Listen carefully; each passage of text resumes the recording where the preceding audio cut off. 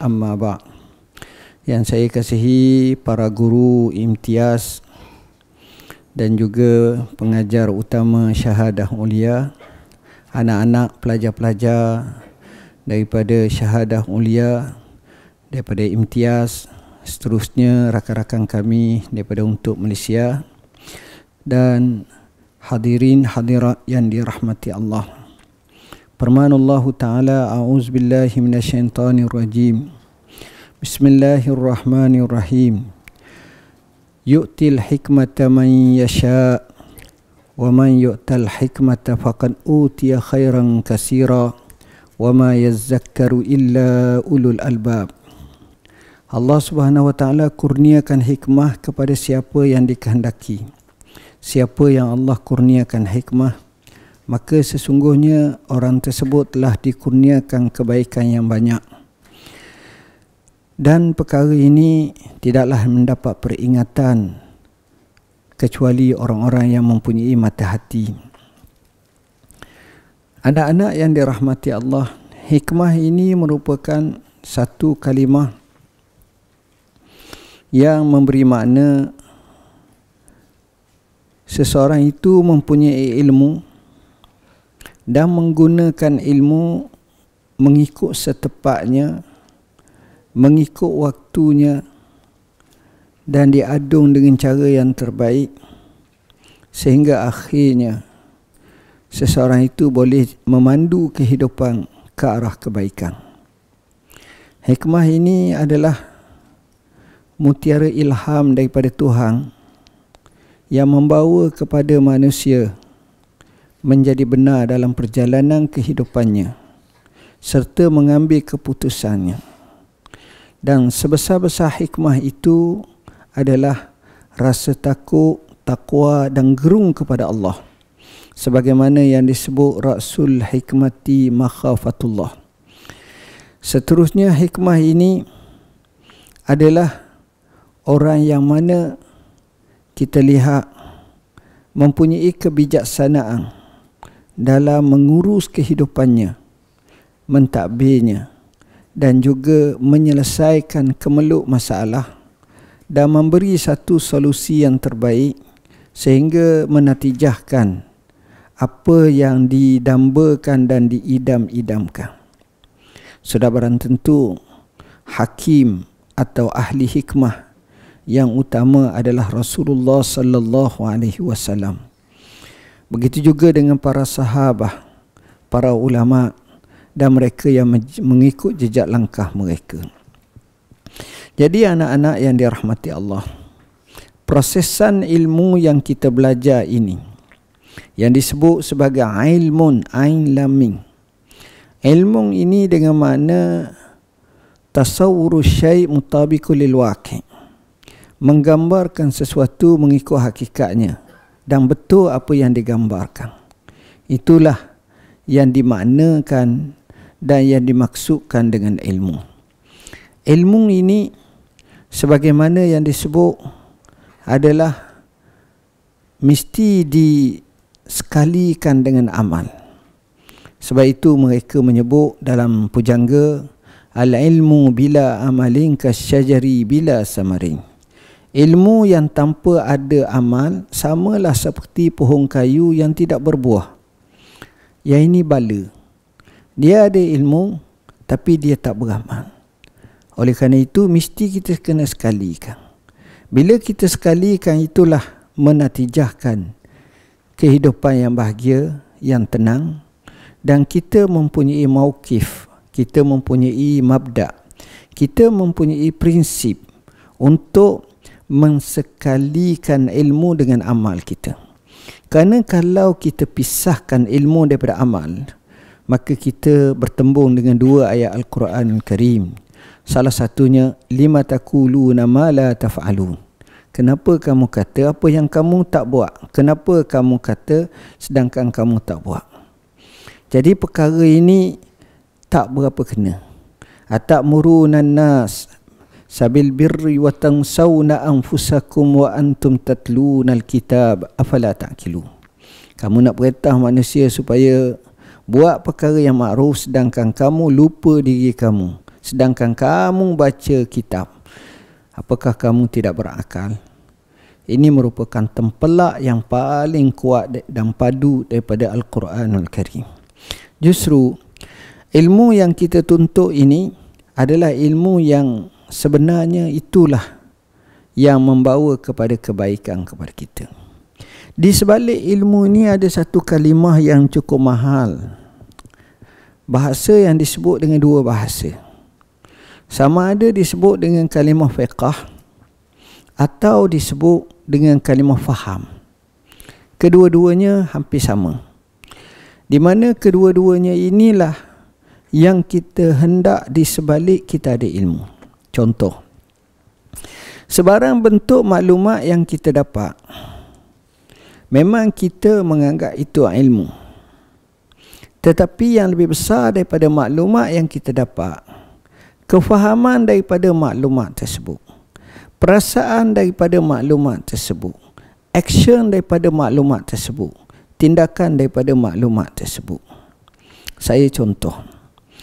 Sebagai contoh, dalam 7-8 bulan lepas, atau kurang sikit atau lebih sikit, kita dengar cerita kisah Mak Kilau. Kisah Mak Kilau. Kalau kita baca buku sejarah yang ditulis, kita akan tengok pahlawan Mak Kilau ni ada dua wesi. Wesi pertama dianggap sebagai penentang kepada penjajah. Dan wesi inilah yang paling banyak sekali disebut dan diguna dua istilah, sama ada pengganas atau pemberontak. Dan penjajah menganggap bahawa itulah musuh.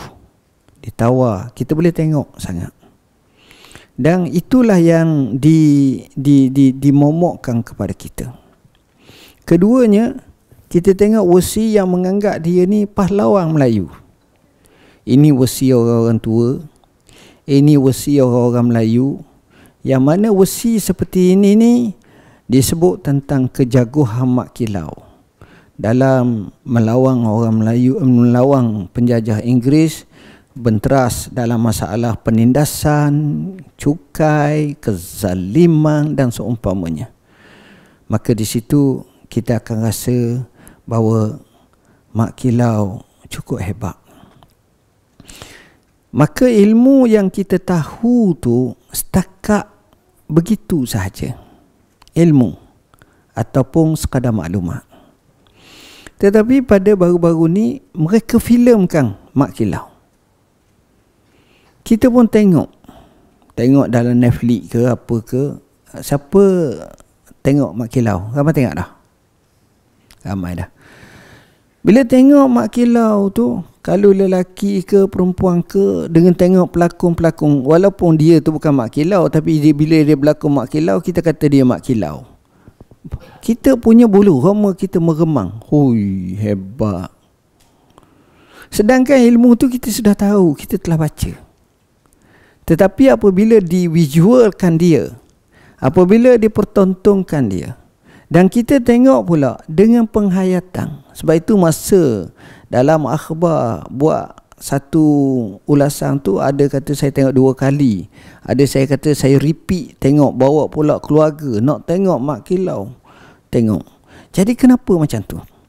Kerana kita telah naik satu taraf ataupun satu tahap daripada tahapan seperti mana yang kita baca, yang kita tahu sebagai satu maklumat, kepada yang kedua, apa yang kita kata, kita telah menhayatinya dan kita telah dijelmakannya dan kita telah terasa. Itulah kehebatan Mak Kilau.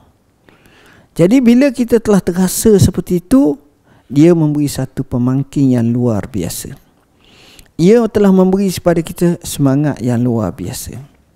Bayangkan kita semua dibawa satu nostalgia, pergi ke zamannya, tengok ke tempatnya, tengok perlawanannya, dan tengok sehampir realiti yang berlaku. Maknanya dikhabarkan oleh orang yang pernah tengok orang kanan mak kilau yang mempertahankan. Masa tu kita akan rasa betapa kerdilnya kita, lemahnya kita, naifnya kita, jauhnya kita. Itu jarak sebab ini. Jadi apa yang kita nak nyatakan di sini, saya nak nyatakan bahawa itulah mana prosesan ilmu. Sekadar tahu saja, sekadar faham saja cikgu cakap begini-begini, kemudian kita tengok, kita rasa lain. Sebab orang Arab kata al-musyahadatu laisat kal ayat, laisat kasima. Kita duk tengok-tengok ni, duk saksi ni tak sama dengan kita dengar. Kalau kita dengar tu kepercayaan, keyakinan itu ada pada kita. Tapi bila kita saksi tu lain. Ini dia. Apatah lagi apabila kita sama-sama menempatkan diri kita dalam keadaan seperti itu, maka sudah tentu kefahaman kita adalah amat beza. Ini maksud yang saya nak sampaikan. Jadi anak-anak yang dirahmati Allah, depan anda adalah pembelajaran yang cukup panjang. Saya sebut satu nasihat oleh seorang ulama ataupun pujangga zaman dahulu. Kalau kamu nak hasilkan ilmu, kamu kena ada 3. Pertama, sabru Ayub. Sabar seperti mana sabar Nabi Ayub. Kerana ilmu ini penuh dengan ujian, letih, mencabar. Ada seorang ulama besar zaman dulu, namanya Abul Fityan. Abul Fityan ini telah diceritakan betapa hebatnya dia, alimnya dia, mengantau banyak negeri, belajar sehingga menjadi orang yang ingatannya luar biasa, unggul, seolah-olah dia ahfazuz zamani, orang yang paling hafaz pada zamannya. Cukuplah apa yang disebut oleh Syekh Abdul Fattah Abu Ghuddah. Dia kata kepada pelajar, kepada penuntut, kepada mereka yang cintakan ilmu, hendaklah membaca kisah ini dan memahaminya, kerana ia banyak memberi manfaat dalam membina kepribadian, kehidupan, semangat, motivasi dan pelbagai lagi untuk menjadi obor kepada kita. Itu sebagai contoh. Maknanya di situ kita tengok sabar ni mesti ada. Orang Arab kata akhi lan tanalal majda hatta tal'iqas sabira. Saudara, kamu tak akan dapat kecemerlangan sehinggalah kamu jilat sabir. Sabir ni satu buah yang yang pahit, yang disebut kalaulah unta kelaparan di padang pasir pun rela mati daripada makan buah tersebut. Maknanya sabar ni perkara yang amat-amat pahit. Tapi natijahnya orang sabar dia layak untuk diketuakan. Waja'alna minhum a'immatan yahduna bi amrina lamma sabaru wa kanu bi ayatina yuqinun. Dan kami jadikan di kalangan mereka, yakni kaum Bani Israel itu, pemimpin-pemimpin tak kala mereka sabar dan mereka dengan ayat-ayat kami mereka beriman. Sabar seperti itu. Kalau kita tengok terlalu banyak para ulama dia terpaksa bersabar dalam meraih ilmu. Jadi kita pun sama, kena sabar sungguh-sungguh. Jangan putus asa. Sabar lagi, sehingga akhirnya kita berjaya. Kedua, kata dia, wa malu Qarun, harta Qarun. Apa makna harta Qarun? Harta yang banyak. Kenapa? Kerana bila kita nak belajar, kita kena beli buku. Bila kita nak belajar, kita kena musafir. Kita nak makan, nak minum. Antara orang yang hebat dalam menuntut ilmu adalah Imam Ahmad bin Hanbal radhiyallahu anhu. Imam Ahmad ni luar biasa. Sejarah dia belajar. Kami sedang menyusung macam mana kronologi kehidupan Imam Ahmad dalam meraih ilmu. Antara tuan guru yang paling dia belajar banyak ialah dengan Hushaim bin Bashir. Beliau dikatakan banyak mempengaruhi Imam Ahmad. Dia belajar sungguh-sungguh, dan Imam Ahmad bin Hanbal radhiyallahu an terpaksa merantau banyak negeri.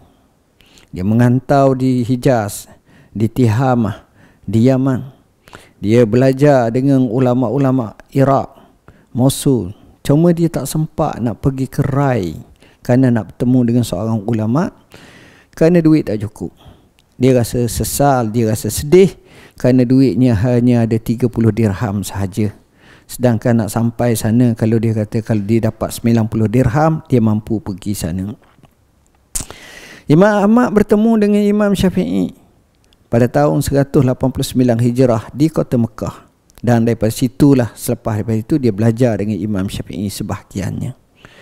Dia mengambil kesempatan belajar dengan seorang ulama besar di Mekah ketika itu, Sufyan ibn Uyainah. Dia pergi pula ke Yaman. Dia belajar dengan seorang sahibul musannaf yang terkenal, Abdul Razzaq As-San'ani. Belajar. Dia patah balik belajar. Umur 40 tahun barulah buka tradisi ilmu tu, hadis tu dia sampaikan. Ada yang mencatatkan dia telah menulis dan juga telah mengumpulkan lebih daripada jutaan hadis.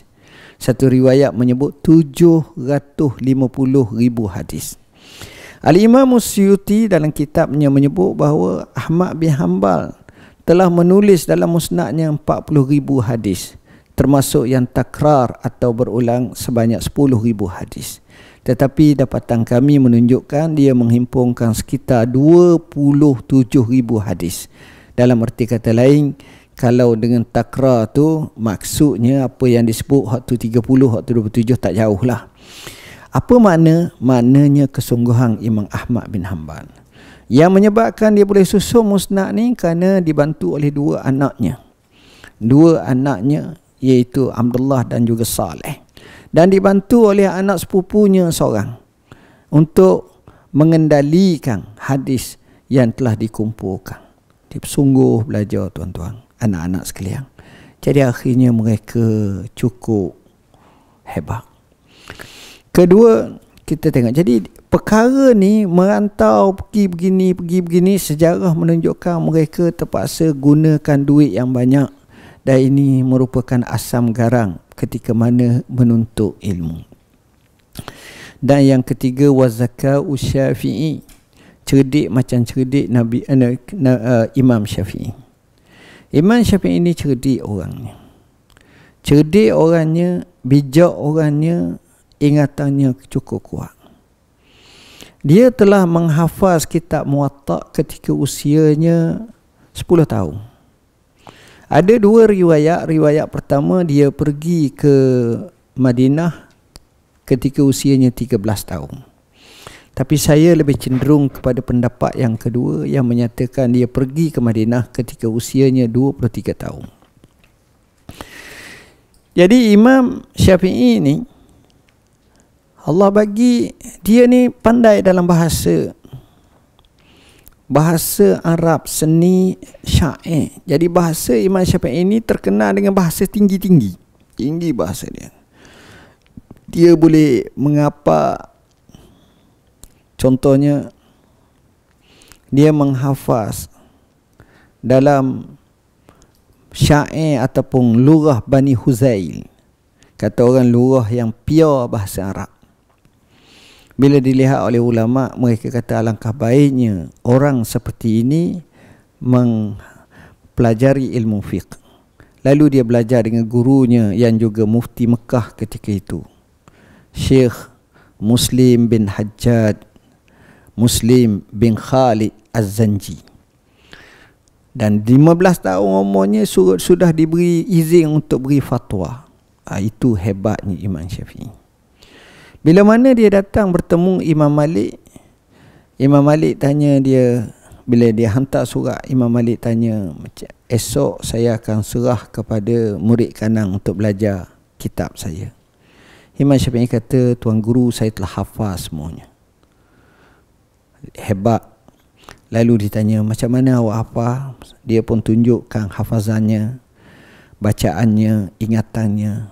Akhirnya Imam Malik kata, ya gulam ittaqillah wala tudfi nuran allazi ataka Allah bil ma'asi.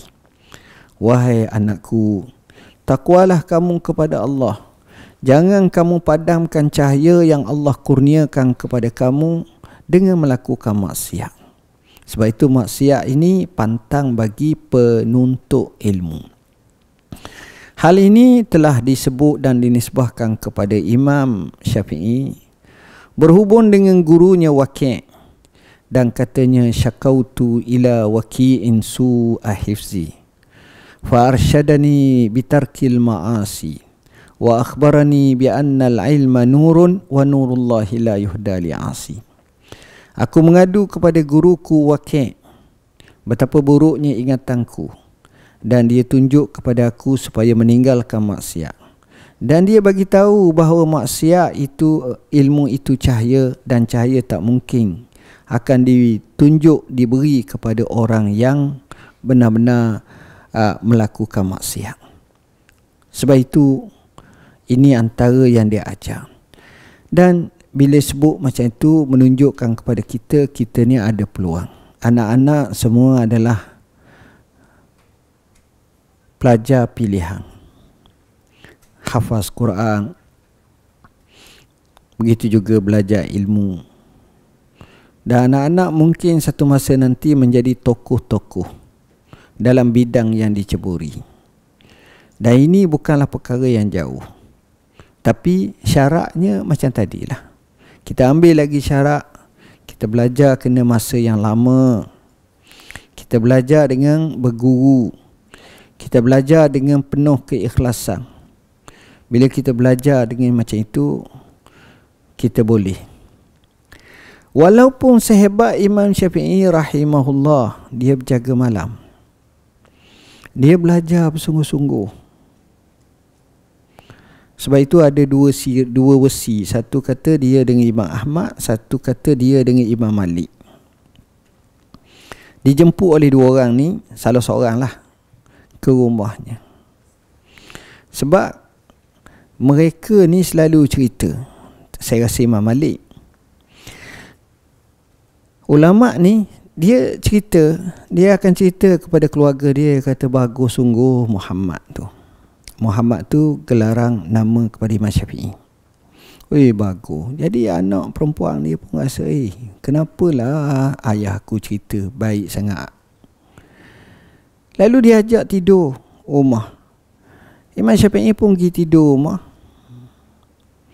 Bila dia tidur tu, anak perempuan ni duduk tengok kat dinding. Apa benda Imam Syafi'i buat? Orang muda kan, apa benda buat? Disediakan makanan banyak, dia makan habis. Disediakan air wuduk, tak ambil wuduk. Sudah makan terkebir-kebir mata, duduk tengok ke atap. Sampailah pagi, sembahyang sekejap, terbalik. Anak perempuan ni pun kata kepada abah dia, Abah salah pilih orang. Abah kata orang tu hebat sangat.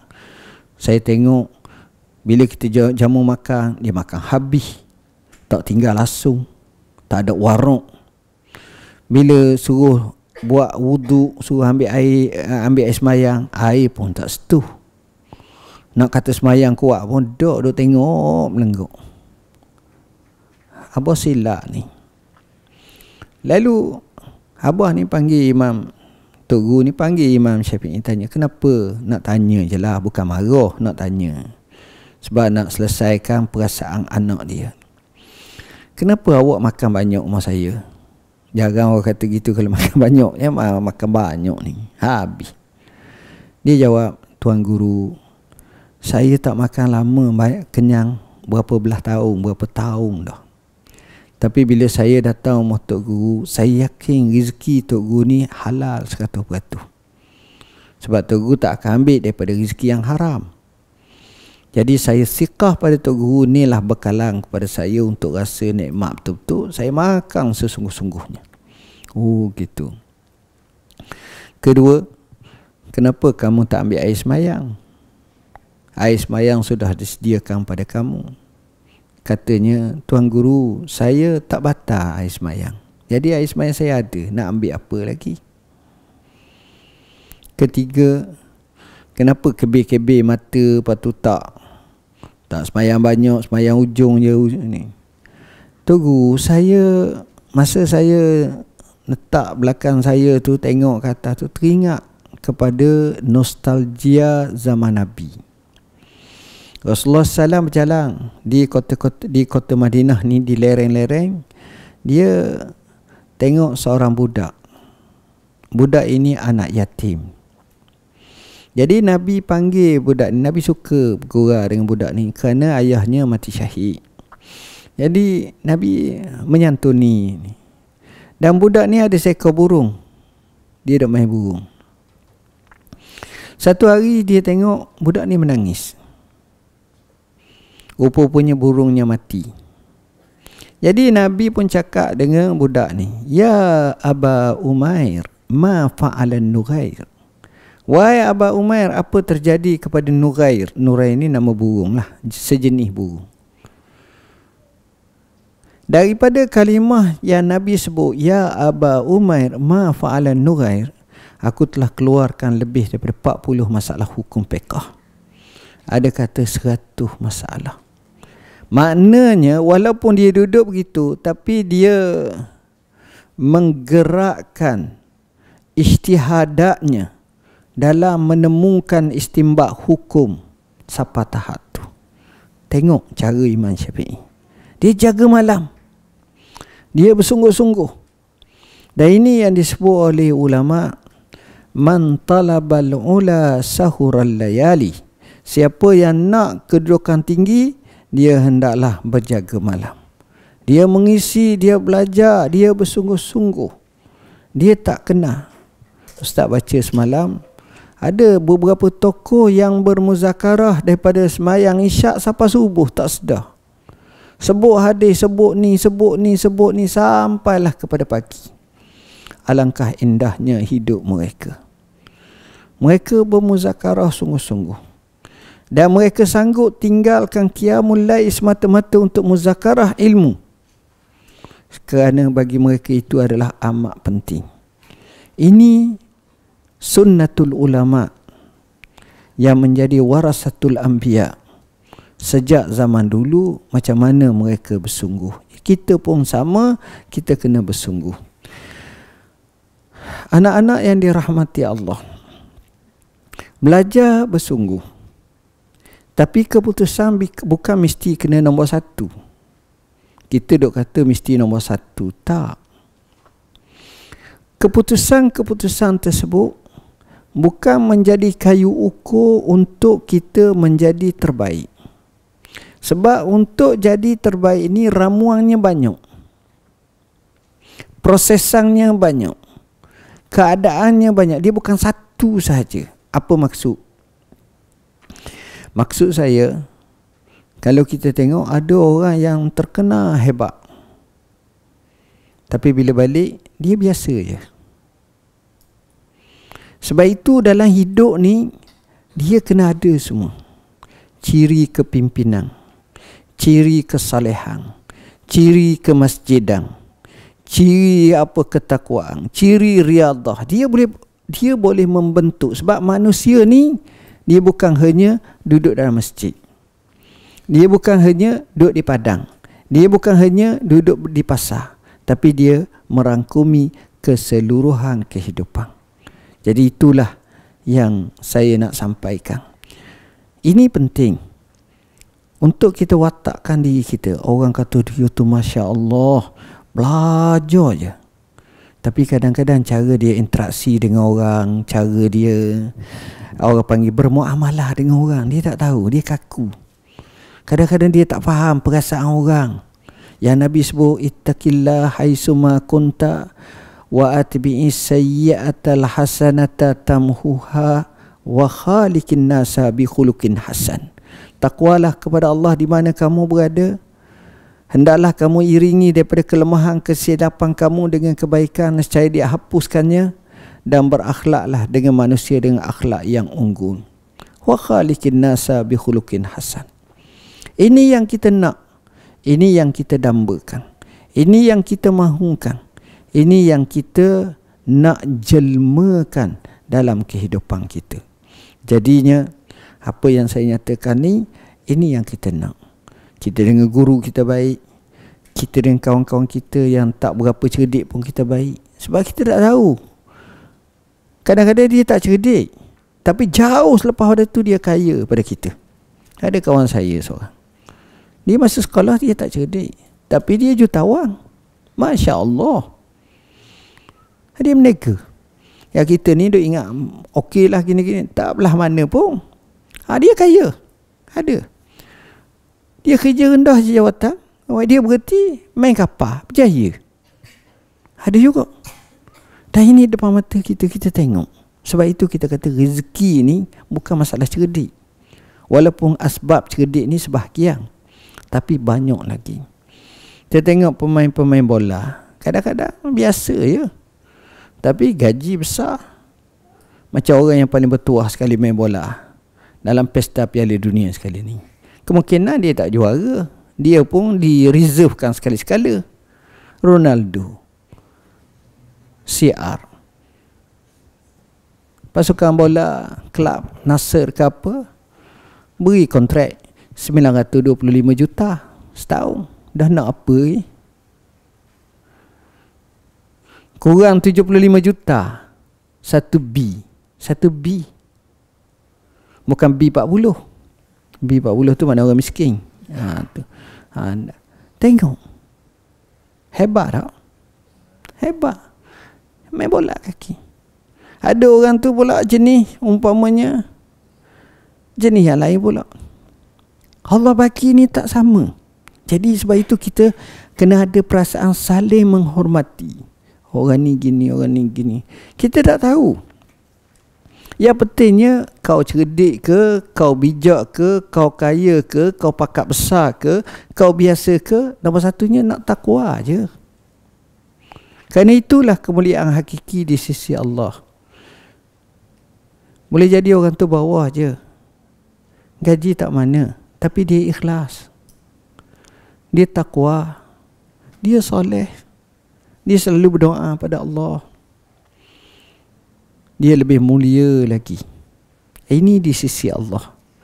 Kita ni di sisi Allah, inilah yang kita dambakan, yang kita harapkan daripada Allah Subhanahu Wa Taala.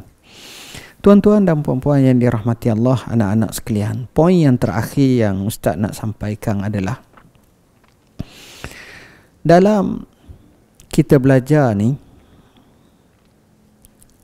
kita jangan cepat putus asa. Kalau kita cepat putus asa, kita tewas. Gagal sekali bukan bermakna gagal selama-lama. Gagal 2 kali bukan. Gagal 3 kali bukan. Gagal 10 kali bukan. Selama mana kita usaha, kita akan mendapat satu titik cahaya ke kejayaan. Ada seorang murid kepada Imam Syafi'i. Imam Syafi'i ini ada 2 orang yang nama sama, iaitu Ar-Rabi' ibn Sulaiman. Seorang bernama Ar-Rabi' ibn Sulaiman Al-Jizi, berasal daripada Jizah. Jizah ni Mesir lah. Orang panggil Giza, dekat piramid Ahram. Yang ni bijak yang amat. Ada seorang lagi namanya Ar-Rabi' ibn Sulaiman Al-Muradi.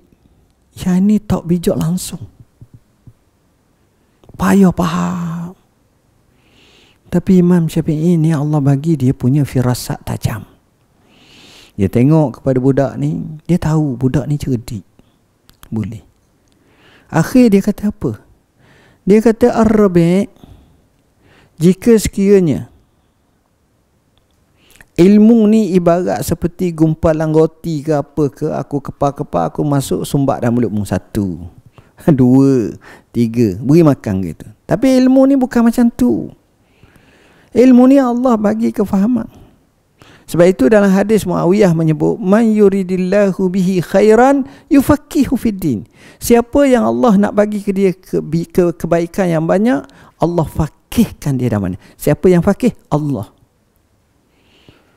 Allah beri faham, Allah beri faqih, Allah beri taufik, Allah beri ilham, Allah beri hidayah, Allah beri petunjuk, Allah juga beri ilmu, Allah juga beri hikmah. Semua tu Allah. Sebab itu kita minta dengan Allah. Allahumma alhimni rushdi wa aizni min syarri nafsi. Bila kita boleh faham macam itu. Tapi apa yang berlaku? Akhirnya Imam Ahmad bin Hanbal radhiyallahu Ar-Rabi' bin Sulaiman Al-Muradi ni, dia belajar akhirnya dia menjadi ulama yang teragung dalam mazhab Syafi'i. Dia menjadi ulama yang tersohor dalam mazhab Syafi'i. Dia menjadi ulama yang lebih dan dia membela ulama Syafi'i. Dan dia yang mengukuhkan mazhab Syafi'i dengan kitab-kitab yang kalam Imam Syafi'i yang dia syarahkan dan dia terangkan bila Allah buka futuhat. Jadi sebab itu kita kata, jangan kita putus asa, jangan kita rusing, tak apa, belajar. Bila sampai satu masa Allah bagi kepada kita, insya-Allah. Saya nak sangat anak-anak 20 tahun lagi, kalaulah saya dipanjangkan umur, saya pun tak tahu. Kalaulah Allah panjangkan umur, anda datang bertemu dengan saya tengok, dan anda menjadi orang yang hebat dalam ilmu, dalam kehidupan, dalam perniagaan, dalam politik, dalam pentadbiran, bahkan dalam usahawan sendiri, maka situlah baru anda rasa sebenarnya itulah hakikat ilmu. Kita duduk di mana pun, kita sentiasa berpegang kepada disiplin ilmu yang kita ada.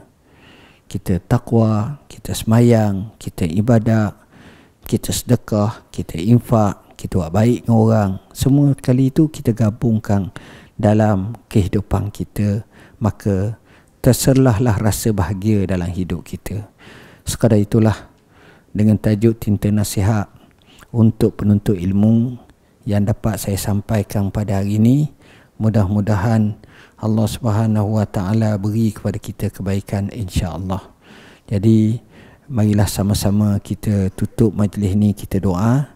Ada seorang sahabat kita, ayahnya sedang mengalami sakit perubatan, iaitu Haji Munawir. Marilah kita doa untuk dia. Bismillahirrahmanirrahim. Al-Fatihah.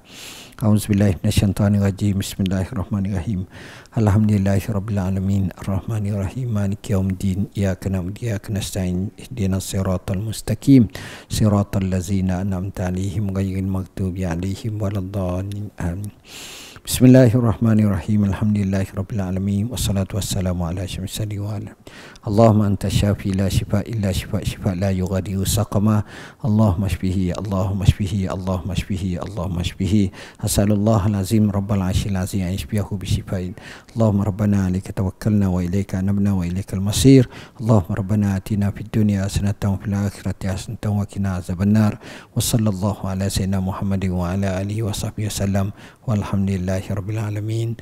Wassalamualaikum warahmatullahi wabarakatuh. Kita ada dua lagi acara. Acara yang pertama, kita makan dululah. Jadi saya minta anak-anak makan dulu. Sudah makan tu, nanti kita buat pelancaran satu maktabah ataupun daripada untuk Malaysia, untuk buat pelancaran sikit, sama-sama saksi. Jadi kita boleh ambil gambar, kita boleh war-warkan lah dengan lebih luas lagi. Dan acara yang ketiga, kita minta wakil daripada guru daripada Imtiaz untuk kita buat majlis penutup lah lepas pada ni. Okey, silakan. Salam dulu dengan lelaki muda.